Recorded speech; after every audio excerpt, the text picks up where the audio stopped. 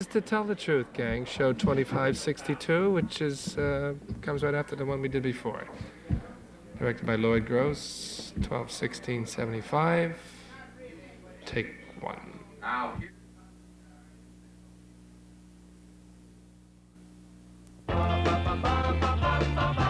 Ladies and gentlemen, from New York City, Gary Moore.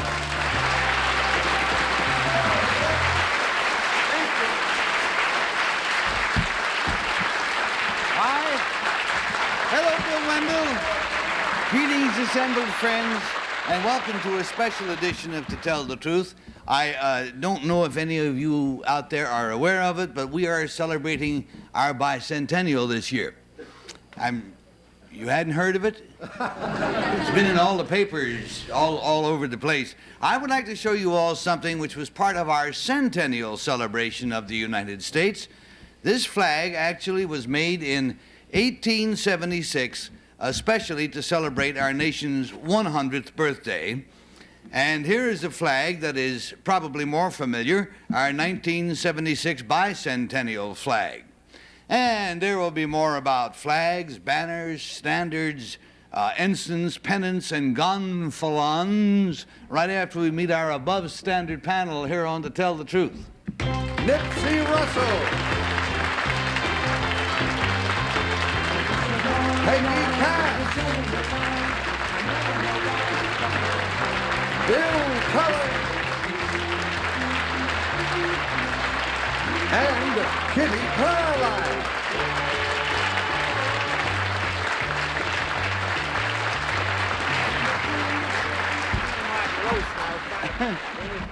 Things about him to joke about. To me, there's, I have never seen an ugly flag. It's true. Really, all flags fascinate me. I don't care what country or what nation, anything. But let us now meet the world's leading authority on flags.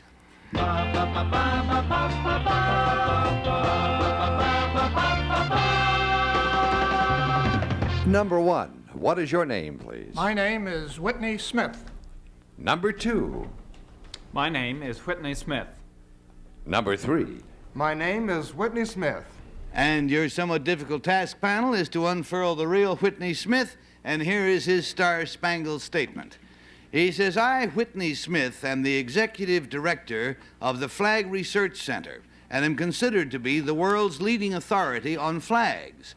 As a vexillologist, I have also served as consultant to many governments on flag design, history, and usage. I have advised NASA on what flags to send into space, and have testified in a Supreme Court case on behalf of a young man who had sewn the flag to the seat of his trousers. For 5,000 years, man has rallied to flags of one kind or another. Here is a replica of a Roman vexillum, which dates to the time of the Emperor Hadrian, circa 100 BC. Here is the national flag of Guyana, which I was commissioned to design for that South American country. And here is the little American flag, which was actually carried to the moon by Neil Armstrong in 1969. There are at least 10,000 different flags in the world, but most people don't know the difference between a gonfalon, an oriflamme, a two, and a blue Peter. To straighten it all out, I have written a definitive book called Flags Through the Ages and Across the World. Signed, Whitney Smith.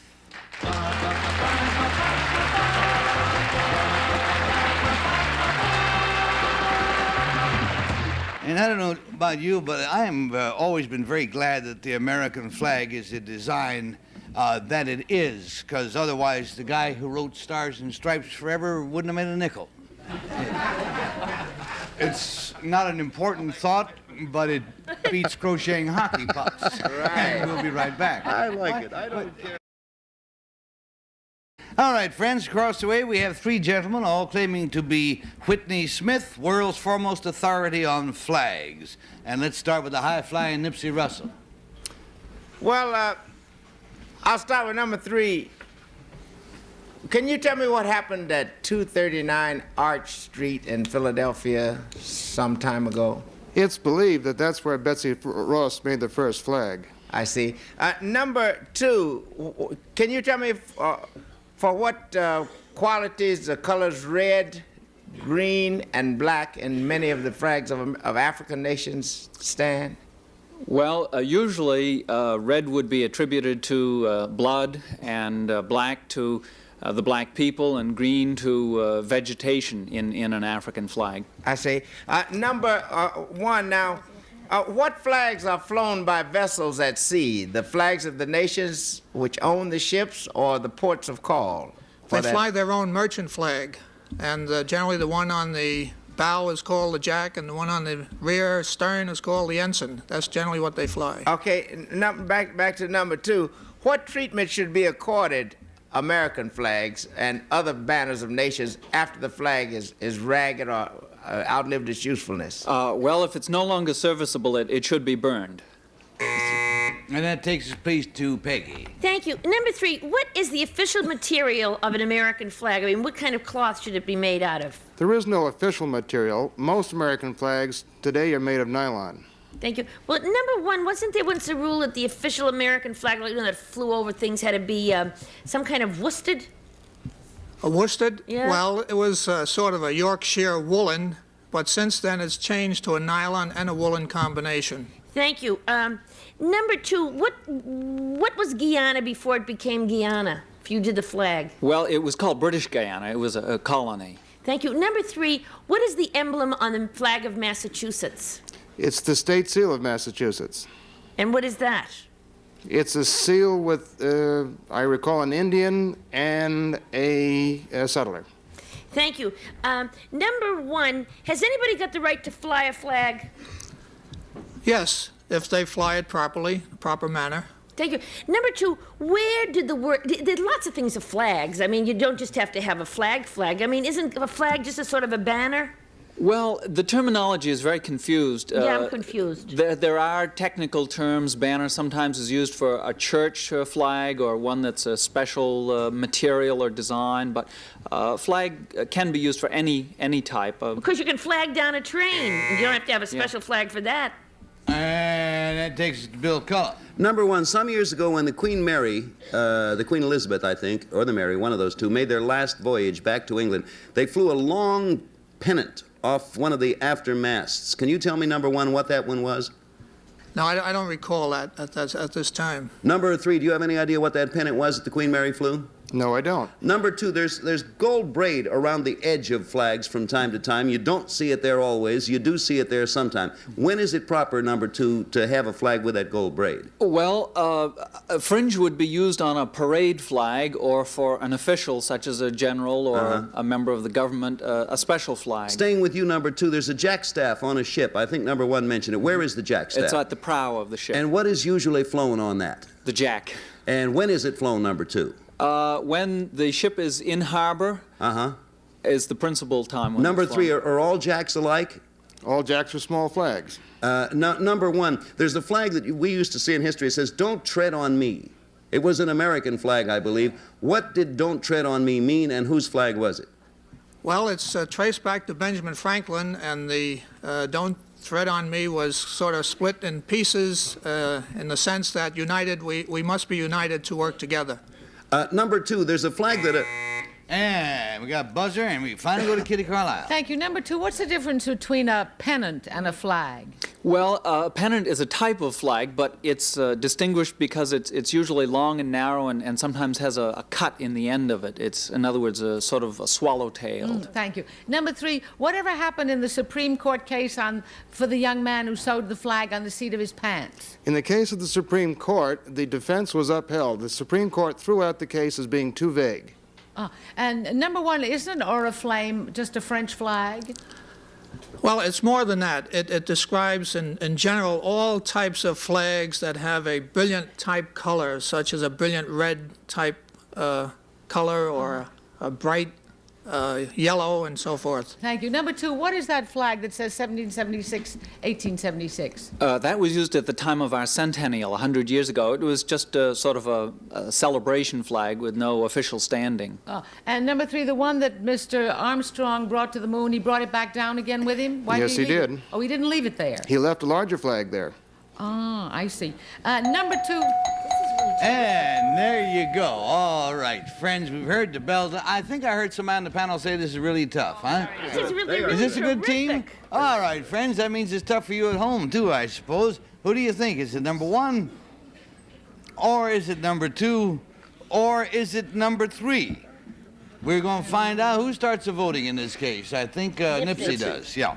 Yeah, I wish I could have asked one of them about the flag of the newest of the nations, Suriname, but I didn't get a chance to. They all were exceedingly well informed, but number 2 knew about the flags of Africa, and that means he's all right with me.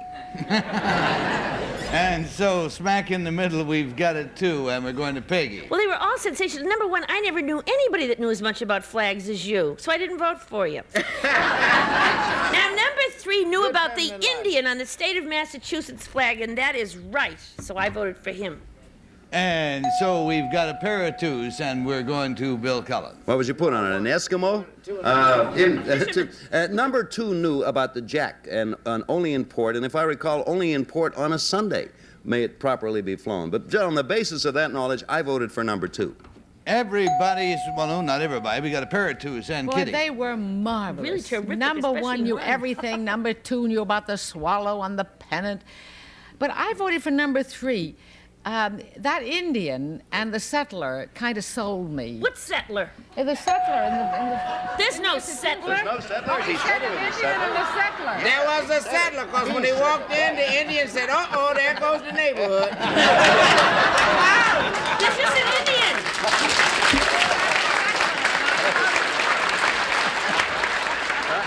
Maybe there's a small settler. I've never known.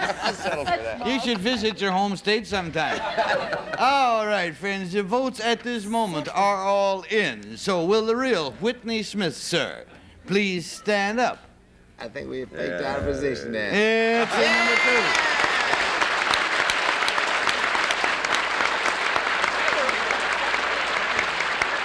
2. Now, Mr. Smith, let's find out about the gentleman flanking you. Number 1, who knew so much about flags. I think most of the reason he knew so much was because he was making most of it up. Am I right, number 1? That's right. My name is Tony Anarello, a retired high school principal from Merrick, Long Island.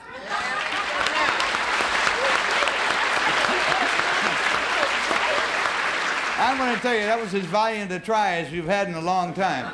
Number 3 with 2 big votes, sir. What is your real name? What do you do? My name is Tony Crimmins. I'm a vice president of the Thomas Crimmins Contracting Company in heavy construction here in New York.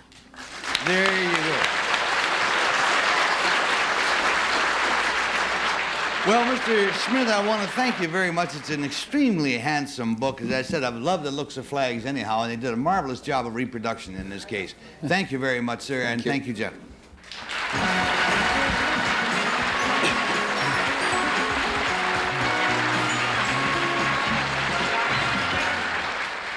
Now, coming up is a young lady who holds 2 world's records, and she has just won the top money prize in her field.